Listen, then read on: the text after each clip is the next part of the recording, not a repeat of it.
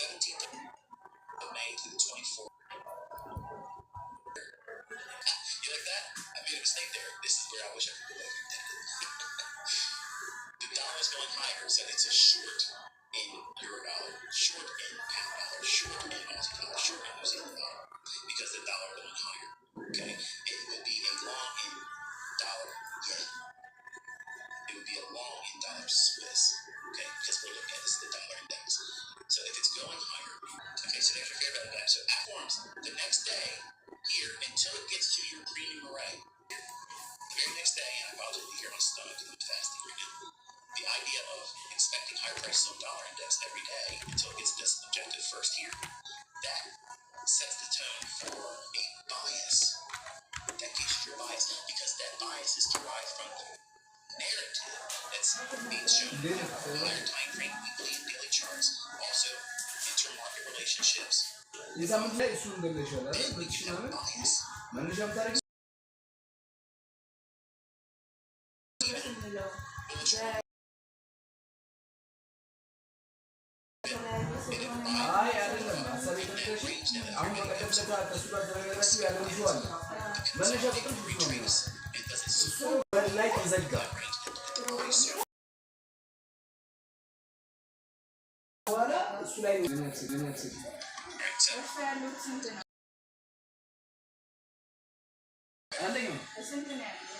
Bias. Okay, it's an implied dealing range. Look at the levels I have here. 75, 50, which is equilibrium, and 25. And then here's the high. The high of the run was terminus. At the end of the run, if you use this as your not that if you're implied dealing range, that's where you think it's going to go. So before the candlesticks even form, before they even form those, you could have this in your chart like this.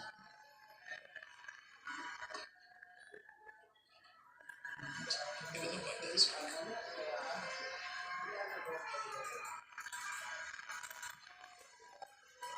Okay, say it's meandering around like this in consolidation, and you just start doing your analysis. You think, okay, what happens if we were to break lower in the pound?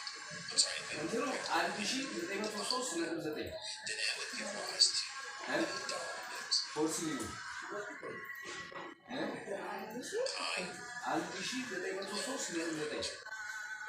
Weekly fair value gap. Okay. That sets the stage for if we're going to go higher. I'd like to see this bearish new stance time period. If it goes to here, it goes above it and treats that support. I'm not bearish on that. Go back and listen to my reviews. It's there. Very specific.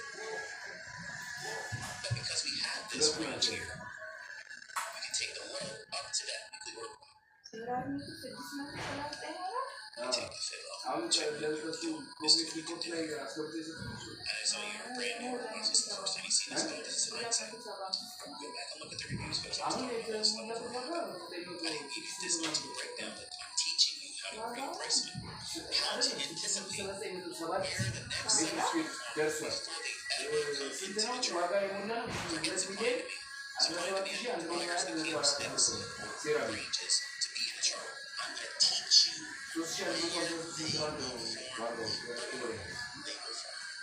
do setups form? Show me how to buy and sell, Michael. Where are these PV arrays at work? How does it look in a chart before it gets there? What should I anticipate? How can I trust this stuff? Okay, let's do some time travel. That's terminus. We have 25%, 50%, and 75% in the range. We require bonds that do one or the other, go up or go down. We'll leave that range I showed you on the daily chart. It will low. Not yet, but now we have a shift in market structure right there. On the bond market, we qualified it with it going lower. It left its range going lower. That's going to give momentum to the upside on longs. Not that that's driving price, but that's setting your mindset in motion for it. We're going to buy program for $1. So right away, we can anticipate somewhere in here accumulation. We consolidate here and then we run. What does that make that right there? That's a fair value gap, right? Yeah, it's a fair value gap. More specifically, it's a breakaway gap. What is it breaking away from? It's breaking away from this consolidation. It has a shift in market structure. So this is your gap to trade. This is the gap that you use to qualify as a breakaway gap. And the trust is likely going to draw here, which is why I communicated to you. I said, we want to see this traded to, but I'm more interested in trading it up above it and coming back down and finding S, which makes it an inversion pair. Sounds like a whole lot of stuff. Please just give me an overall persona indicator and a moving average to follow. That's like, okay, you're not ready for me. That's all that it means. It doesn't mean that you can't learn this. It just means that you're not ready yet. Go buy somebody else. There's lots of other people that are entertain you, tickle your ears. You want to learn how to read the markets and really know what to do? Come back here. 50% equilibrium. Look what that fair value gap forms. Equilibrium. What do you think's significant about that 50% level? And why did that gap fully close? It's a measuring gap. That fair value gap. This level, this candle did not come to that candle. That's the narrative. Just ain't in your books, baby. That means we can anticipate this price from here to here to be duplicated to the upside. Meaning, let's say we have this level is lower than that level and that level. And relatively good to that. This level here, we see the price from here. So that one right there. So measured up to the high of that fair value gap. Extend it there. And you're putting it right on that seam. I'll show you that what I'm doing. I'm taking that high of the fair value gap. Here's the low of the fair value gap. I've duplicated that. So we now are seeing a range that's projected. To go above this gap. Which is why I was saying I want to see it go through it and then treat this gap as support. This was the draw. Now, it does go through it. Here's the upper 25% of it. Okay? It comes back down. Immediate rebalance. 1 day delay. Remember I talked about immediate rebalance? It's that next day or the very next day after that. Then you'll see the price run. There it is.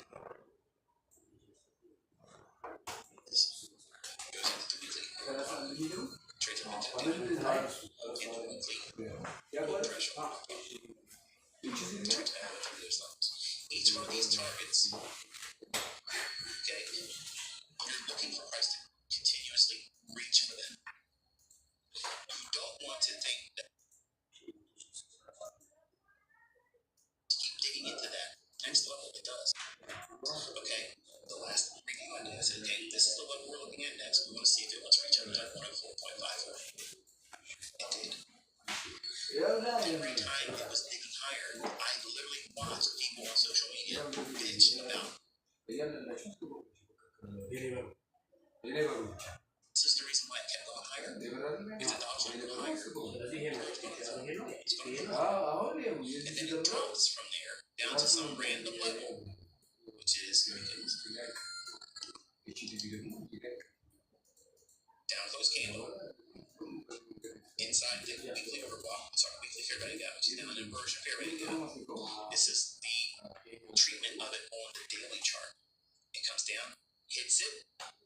Look at the reaction here. Do you think he could have took shorts in euro dollar on that right there in the last 1, 2, 3 days? Well, let's go over to euro dollar. Finally, get the hell off the dollar. Let's get to something that makes sense. We don't trade a dollar around here. So here is the euro dollar. And this is the daily chart. This is the immediate rebalance right here. And it's just a fair value gap. That means that we draw down into up here. We turn down into, and then we rally one more time into this close candle.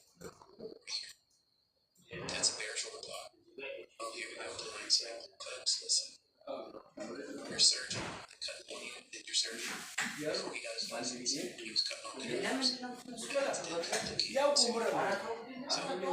hindsight too. He's looking at something that is a safe. He doesn't do exploratory surgery and try to do new things. He has to use things clinically, cadavers, bodies that have been offered to science for research. You need to go through these exercises yourself. Look at price action study, not just recently. Go back through all this stuff here, and that's what back testing is.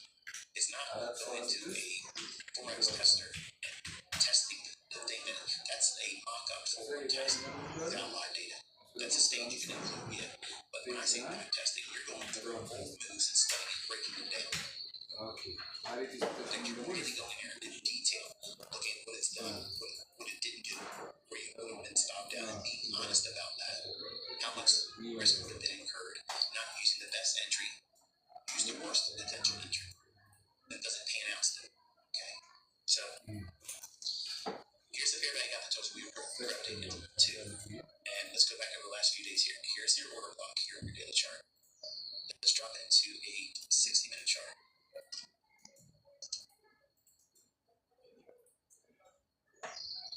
In this high, down to that low here, do you see anything that stands out?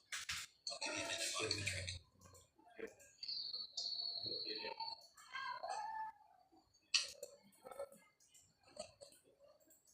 Well, what did I just teach you about dealing ranges?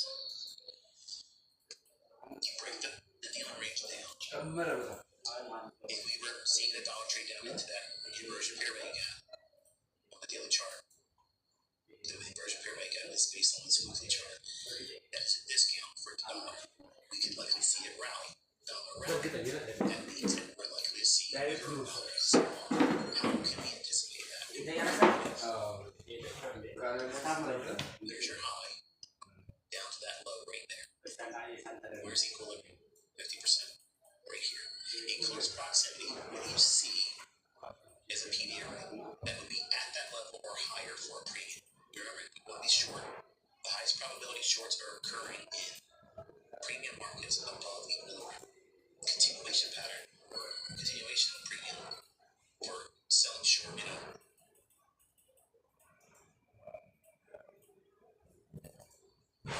specifically in a premium, we want to see it get into this range.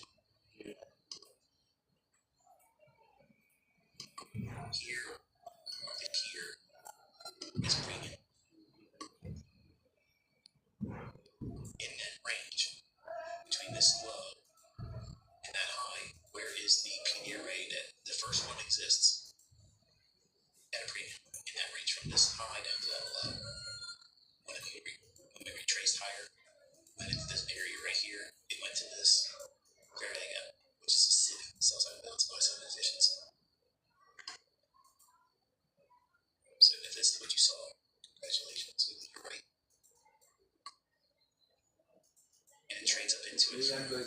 Dollar goes higher because it's on its inversion fair value. Euro dollar sells on.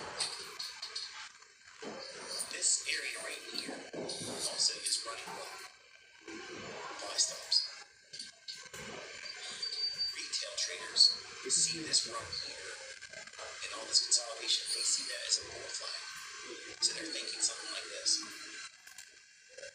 Euro dollar's been going down for a long time. It must have made a low. And they see this right here. That's a flag pattern. So that's like a big flagpole consolidation. And they think if it can break above this high here, it will duplicate. It'll duplicate that same run. Oops. Once we break the high, they will see it trade back up here. Or something to that effect. Now, I'm doing it very loosely because bull flags and bear flags are trash for both. The logic here is opposed to whatever retail minded trader can say. And it's taking liquidity into account. That means market went lower, we traded here, and we started moving a little bit here. Nobody in their right mind, keyword, would have trailed their stop loss on shorts to that level right there.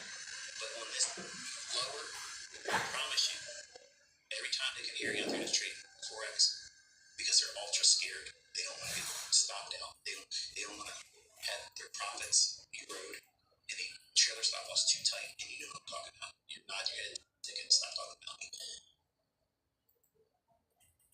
There's liquidity above all highs and lows. That's one of them in terms of understanding where markets are going to reach for liquidity. But if you can see that liquidity and pair it with some retail-minded idea that would be opposed to what I'm teaching you, where I'm teaching you how smart money sees price and engages it. I'm teaching what the algorithm does. So the algorithm will deliver price above this high to take into account buy stocks being brought to the marketplace. Those market orders are now buying at the market, which is what smart money will offer shorts to the marketplace at that same time. Where in what price range in this fair value gap? Where would be the opposing draw price? Once it went into here, right above this high here is the buy stop, so the trade's there, which is the opposite of what we saw dollar. At this moment right here, dollar index, see, right at 2 a.m. on Tuesday, June 6th, okay, 2 a.m., the dollar index was making that low here on the fair value gap. See that? So it's a mirror image. So you're qualifying setups, not just on the basis of what you see in your chart you're trading. You have to use some intermarket relationships that would say the opposite. For instance, if we're trying to go short on euro, you want to see something that constitutes a long in dollar. You can't really see it in dollar as opposed to your cable trade, which is pound dollar, or fiber, which is your USD.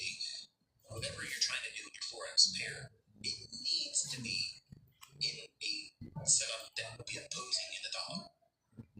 If it's a forex pair that has a currency other than the dollar in the first of its name, if we see this setup here that's potentially long for dollar, which is trading that fair value gap, if we're expecting price to go higher for dollar, we would look for pairs that begin with US dollar, like dollar yen, dollar Swissy.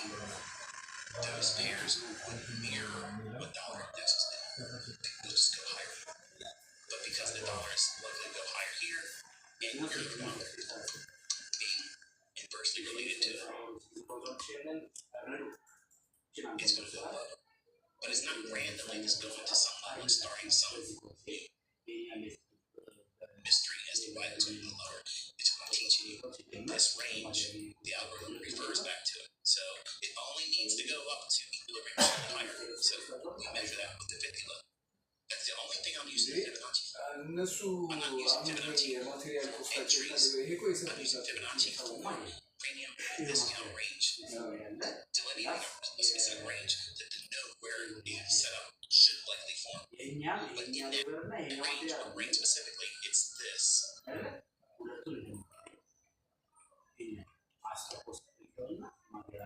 There. Somewhere in that portion of this price leg lower, I'm going to look for a premium array. Well, which ones exist? We have the fair value gap here. Great, this is not going to be easily $100,000.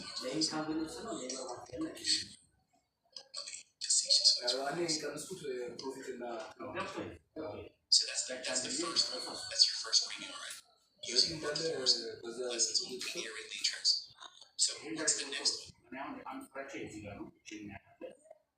Are all down close candles back and forth price action. So all of this right here. This is balanced. We've had lots of up and down movement in here. And it would go back to the high. So was it the last up close candle? The highest close. So it would be the opening price that would be delineated there. Why would it need to go there? It doesn't. Because it's shielded by all of this up and down movement. There's no inefficiency. None. Zero. So what PD array do you use? That one. Which did the market use? That one. What time of day did it occur? Market kills oil. 2 o'clock. That's what I teach you. What's the opposing draw on liquidity? Okay, say you got this much right. How do I know where this is going to go to next level? That's trouble, right? Whenever I tell you something's going to happen, I say, okay, here it is, folks. You know, it panned out. Invariably. Folks will come out and say, all right, what's next?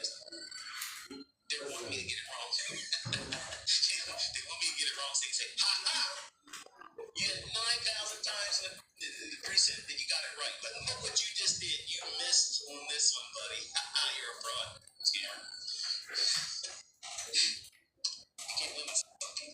But if you're looking at that as liquidity here, okay, and we're at equilibrium or higher, that means we're truly overbought. There's no indicator required to see that.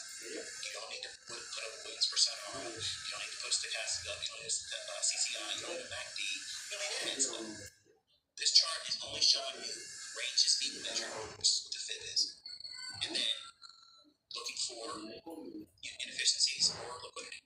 And I draw that out on the chart so that way you can see it. It gives you like a visual eye candy that your attention is focused on that specific area on the chart. And then I go and I talk about what that is so that way you can see it and understand how to use it going forward. So at this moment right here, if in fact the market does go higher to take the buy stops here, it just traded to a short-term premium, which is relative to this yellow range high and that low. Hopefully you guys can see this run from this high down to that low. Try this, retrace it. This is a significant price move. Like I'm not looking at like this little thing here. I'm not concerned about that. I want to focus on intermediate term price moves. Regardless of whatever time frame I'm looking at, my eye goes to specifics in price action. I'm not just taking every little micro price move. I'm looking at from here to here, maybe from here to here, but from here to here, absolutely. And whenever I see these ranges, on the weekend or in the morning, I'll go through my charts before the kill zone, before the sessions begin. And I'm doing this with all the ranges that are salient, which is daily, 4-hour, and hourly, and 15-minute.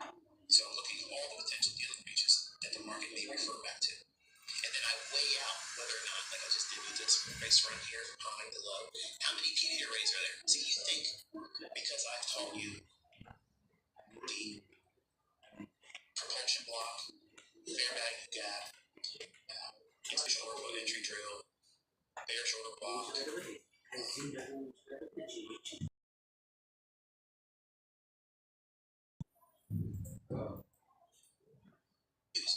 Here's a perfect example, which occurred in that price run. Just the fair value gap. That's all. And it only needs to go to this level here at the same time it went down to its fair value gap for $1.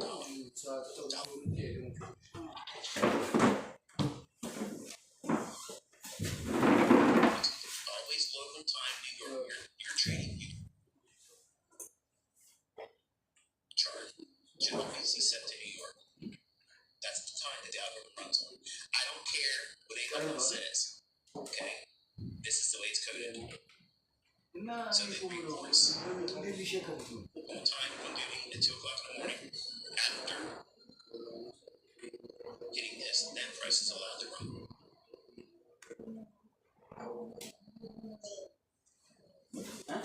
Higher. And it's 2 o'clock. The race is over. What's it going to pitch for? How do I target one like that? Where does it go to next? What if the buy side? Here. And it went to inefficiency. Here. It's at a premium above 50%. And the dollar's looking to go higher. It's in a short-term discount. It's in a fair value gap. Nothing says the dollar topped. I don't try to pick tops. I'm trading in the meat middle. You don't need the precision highs and the precision lows. You don't need that. You try to avoid that when you're using higher time frame charts. Try to avoid picking tops and bottoms on higher time frame charts. You absolutely can pick tops and bottoms in lower time frame charts because they're going to behave subordinate to the higher time frame. What do I mean by that? If we're bullish on weekly and daily charts for dollar, it's real easy to nail down right to the pin short-term lows at key times or kill zones for dollar index intraday. It's just using these types of tools here. But if you're going short here and you're looking for the opposing draw liquidity, that's this low right there. What's the reason behind that? What would be at that low that you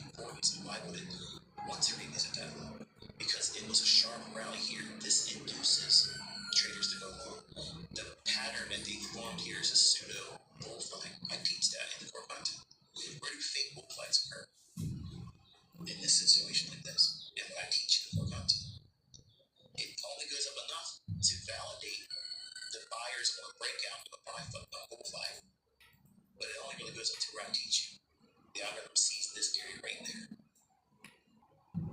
It runs above that short term.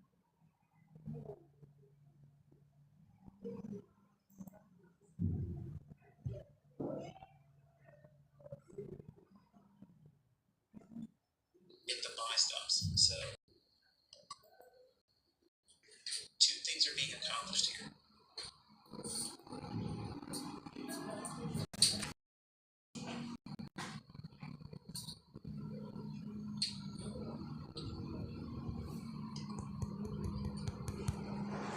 Everybody got premium.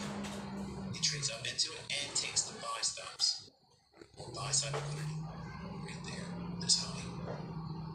So your chart would look like this for annotation purposes. This is for your journal entry.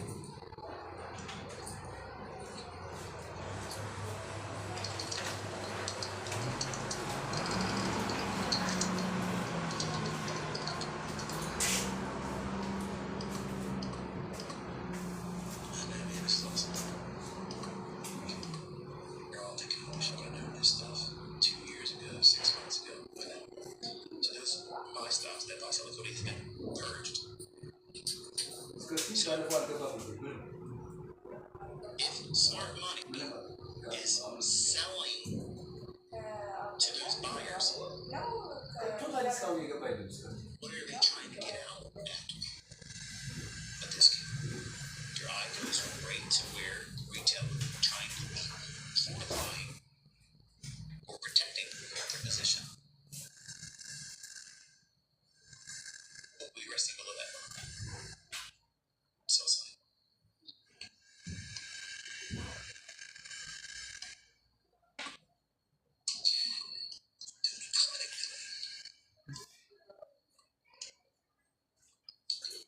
Give me a thumbs up if you want me to do one of these every day this week. Except for I got plans. If you want to see me do this every day this week, live on YouTube, and teach you stuff that will knock your socks off, thumbs up this video on this live stream. Like that, it's pretty fair request. So the market drops precipitously. It goes right to where the sell side is. See that? Now, what you want to study is, because we have that gap, this old gap here, that's the daily. Let's go back to the daily. That's this fair value gap right there. Okay. Because we're inside that range, and we're here, we have a gap that's outside of it. See that here? We have that right there. And we have this up close candle right there. So this is a bearish order block. And it's also right in the middle of that shaded area, which is the daily fair value gap. So this is consequent encouragement, essentially right there. So in my mind, if we want to take this low here out for another,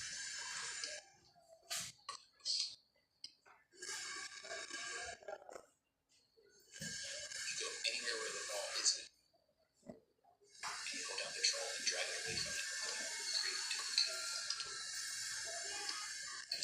Drag this over. Hold down shift and make your nose look straight. I learned that from my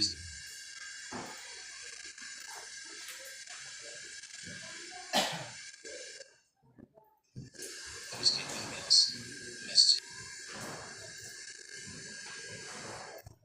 Keep it at bay and not trade back to the high end of the fair value gap to the chart. It doesn't mean to do that. Because if it does, it means something altogether.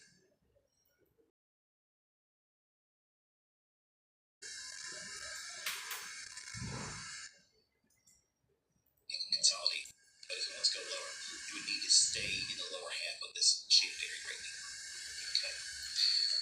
Alright, so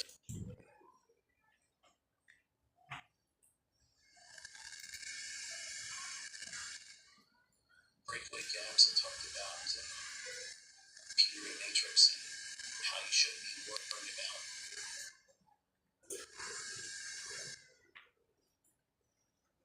Which Peter array? You trade the one that the market gives you. Not all of my PD arrays are going to exist in every price range.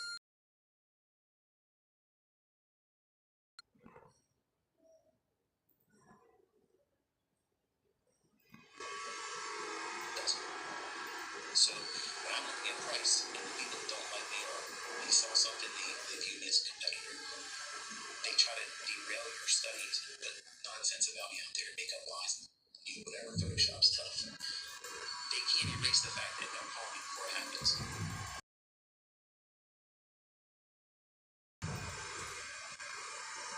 That's what they was really attacking profitability.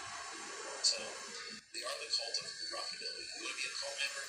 Sign up every day and study. Okay, it's free. You don't have to give me a PayPal payment. You don't have to give me your credit card number. You don't have to do any of that stuff. I don't run Discord channels. I am not teaching you crypto. If anybody says anything that I'm touching crypto, they're a fraud, they're a scammer. I am not.